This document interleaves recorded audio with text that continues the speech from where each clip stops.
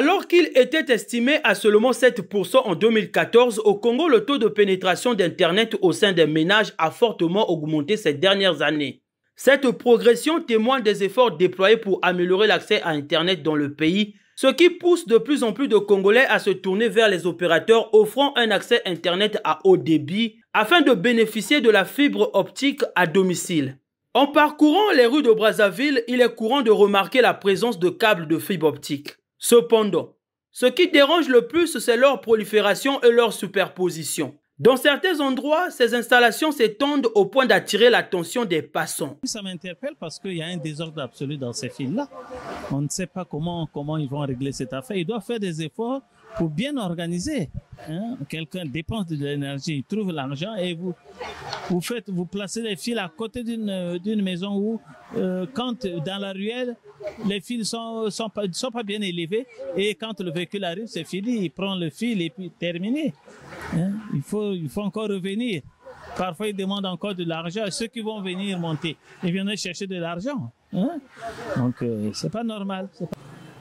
Ça dérange. Je prendrai un exemple. Si une nouvelle personne emménage dans le quartier et qui voudrait avoir un abonnement de fibre optique, ces agents-là devraient encore ajouter un autre câble et un autre boîtier. Au fur et à mesure, ça fera encore plus et trop. Je ne sais pas si c'est chaque ouvrier, chaque personne, chaque agent, chaque technicien qui vient fait à sa tête selon les instructions qui lui sont données ou y répondre à certaines normes exigées par la société. Au regard de cela, vraiment, nous sommes aussi en danger. C'est un danger permanent. Le poteau que vous voyez là a pété.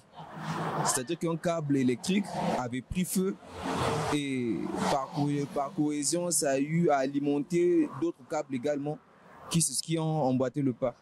Et toute la zone était pénalisée. Non seulement d'abord du courant électrique, mais aussi de la connexion Internet. Pour approfondir le sujet, nous nous sommes rendus sur la route reliant le rond-point Mazala au rond-point Mououmi, où la veille de notre tournage, la circulation a été rendue extrêmement difficile en raison d'un camion remorque ayant tout emporté sur son passage. C'est un camion qui passait là. Au fait de couper, c'est la cabine du camion qui avait coupé les fils là. C'était vers 19h. Ça avait créé l'embouteillage. Parce que le chauffeur, quand il s'est rendu compte que les fils étaient coupés, il avait freiné. Il s'est arrêté quoi. Et quand il s'est arrêté, bon, on a essayé un peu d'enlever d'autres fils là qui n'étaient pas coupés. L'embouteillage avait duré quand même. Du point de vue esthétique, la ville souffre également. Voir comme ça, est-ce que d'après vous-même, d'abord quand vous voyez c'est propre? Moi je pense que c'est pas propre, ça fait sale en fait, c'est surchargé la ruelle, surchargé l'avenue, c'est pas beau à voir. Derrière moi-même j'ai reçu des invités qui venaient d'ailleurs, qui étaient étonnés de voir que chez nous il y a beaucoup de câbles, ils ont même dit pourquoi ça passe pas dans un système souterrain, des égouts ou quelque chose comme ça, parce que là, à voir comme ça c'est chaud quand même, c'est pas beau à voir.